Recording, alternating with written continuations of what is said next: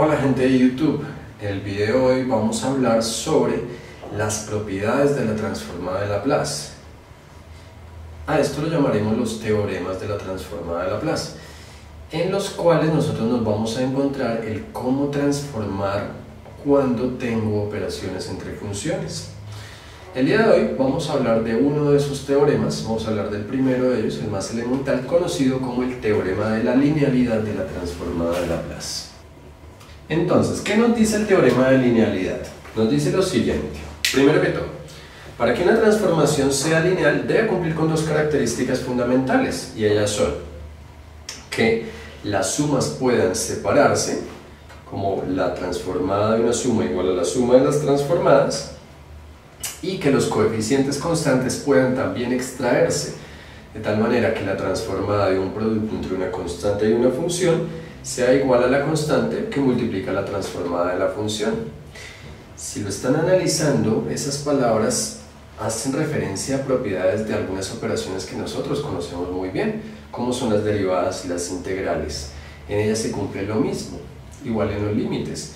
Y esto es debido sencillamente a que la transformada de Laplace es una integral. Es la mejor explicación que yo podría dar al respecto. Sin embargo, miremos la profundidad. El teorema de linealidad se puede resumir de la siguiente manera. Si yo tengo la transformada de una suma de dos funciones f de g de t más g de t, y esas funciones tienen coeficientes constantes, entonces lo que yo puedo hacer es coger y calcular la transformada de la función f de t, multiplicarla por a, dado que la a es el coeficiente de f de t, y a ese resultado sumarle la transformada de g de t multiplicada a esa transformada por b, dado que b es el coeficiente constante de la función g de t. Y la demostración es muy sencilla. Si quisiera hacerla, podría partir desde lo que nos dice la primera parte del enunciado, el calcular esta transformada a partir de integrales. Entonces veamos. Esto yo lo podría escribir como la integral de 0 a infinito de mi exponencial, que hace las veces de kernel de la transformada, multiplicado por todo este elemento de acá.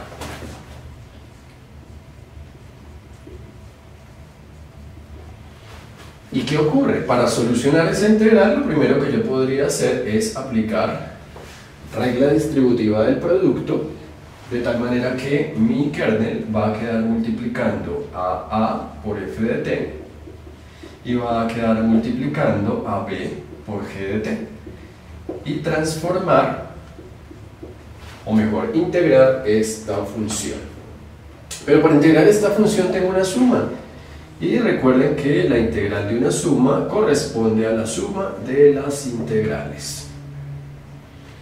Entonces, en la primera integral me encontraría a e a la menos st por a por f de t, y en la segunda integral a e a la menos st por b por g de t. Pero resulta que esta a es un elemento constante, de tal manera que yo la puedo sacar de la primera integral, y me queda la integral de e a la menos st por f de t.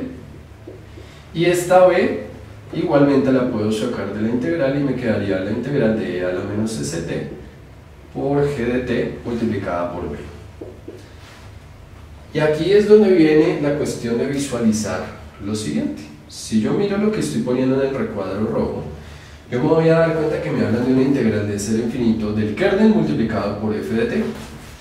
Y yo a eso lo llamo sencillamente la transformada de Laplace de aquello que multiplica el kernel, que en este caso sería f de t, más, y si miro la otra integral, miremosla en otro recuadro rojo, aquí tengo algo parecido, la integral de mi kernel, pero en este caso por g de t, de tal manera que todo esto corresponde a la transformada de g de t. Y llegamos a la misma conclusión que nos proponía el teorema, y la explicación es sencilla. La transformada es una integral y por lo tanto va a heredar esas propiedades de las integrales, o varias de ellas. Miremos un ejemplo ahora de aplicación del cálculo con el teorema de linealidad. Entonces, supongamos que yo necesitara calcular a la transformada de Laplace de la siguiente función: 3 por e a la menos 4t más 5 por e a la t menos 4 por pi más 2 por el coseno de 3t menos 6 seno hiperbólico de t. Metamos todas esas funciones a ver qué pasa. En realidad la cosa es muy sencilla. ¿Por qué? Porque lo que yo veo acá es que la operación principal es una operación de suma con elementos que tienen signos diferentes. Es irrelevante que estén con signo negativo o positivo, sigue siendo una suma.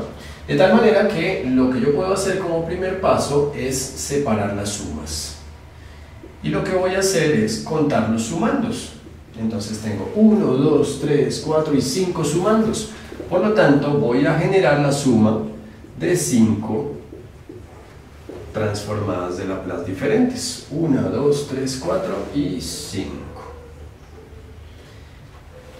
Y la primera transformada será la de 3 por e a la menos 4t, la segunda la de 5 por e a la t, la siguiente la de menos 4 por pi, la siguiente la de 2 por el coseno de 3t y la última la de menos 6 por el seno hiperbólico de t.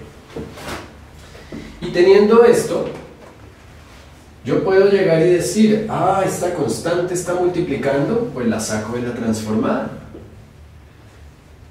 Con el tiempo ustedes se van a dar cuenta que este procedimiento lo puedo hacer directo desde acá, acá.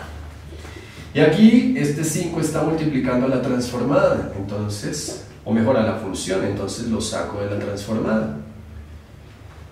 Y acá este menos 4, entonces más por menos menos 4, y me queda la transformada de pi. Aunque si quisiera podría dejar el 4 por dentro, no hay lío, dado que pi es una constante. De acá 2 por la transformada del coseno de 3t. Y acá más por menos menos 6 y la transformada del seno hiperbólico de t. Y procediendo, yo podría llegar y decir, bueno, pero es que yo por formulación ya conozco, y recordemos que en el video pasado dejamos una tabla de fórmulas, yo conozco las transformadas de cada una de esas funciones. La transformada de e a la menos 4t, recordemos, es 1 sobre s menos menos 4, es decir, 1 sobre s más 4. La transformada de e a la t es 1 sobre s menos el coeficiente aquí de la t, que es 1.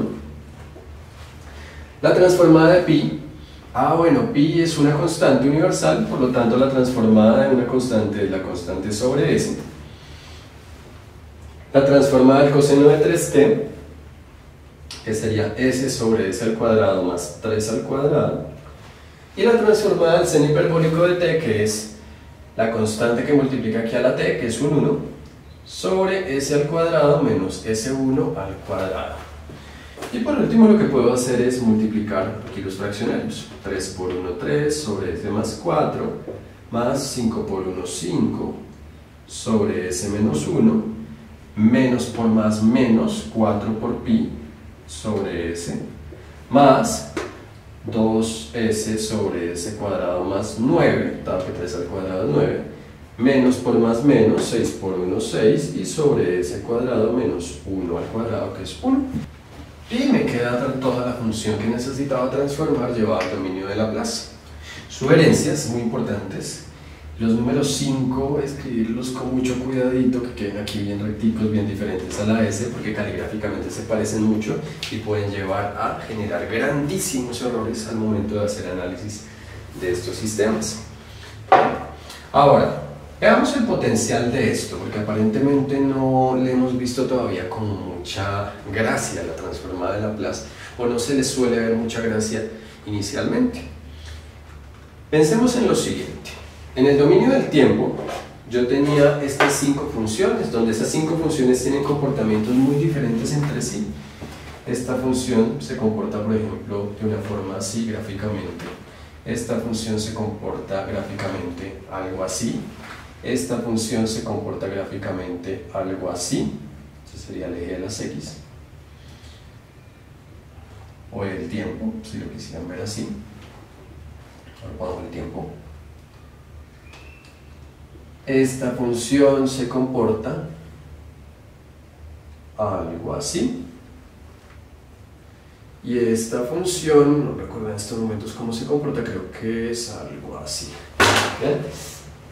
¿Qué pasa con esas funciones? Si yo quisiera llegar y hacer una suma de esas 5 funciones, lo que yo tendría que hacer es sumar punto a punto las gráficas de las funciones y no podría llegar a darles un nombre único, no podría unificarlas en una sola expresión algebraica que se pudiese escribir como algo diferente a esto.